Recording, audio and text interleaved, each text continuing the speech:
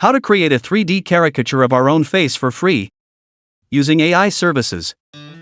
First, access the Bing Image Creator website in your browser. I put the link in the description. Make sure you have logged in first.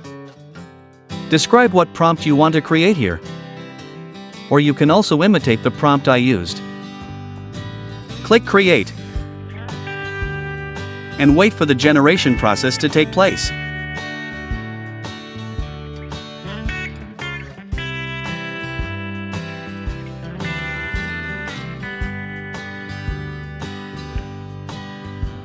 Select one of the generated results,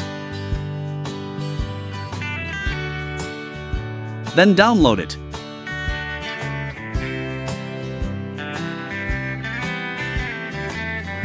Next, access a website called remaker.ai. I also put the link in the description. Upload the image you downloaded here.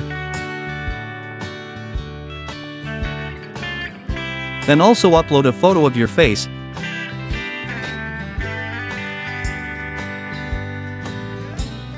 Then click Swap. And wait for the process to take a few moments.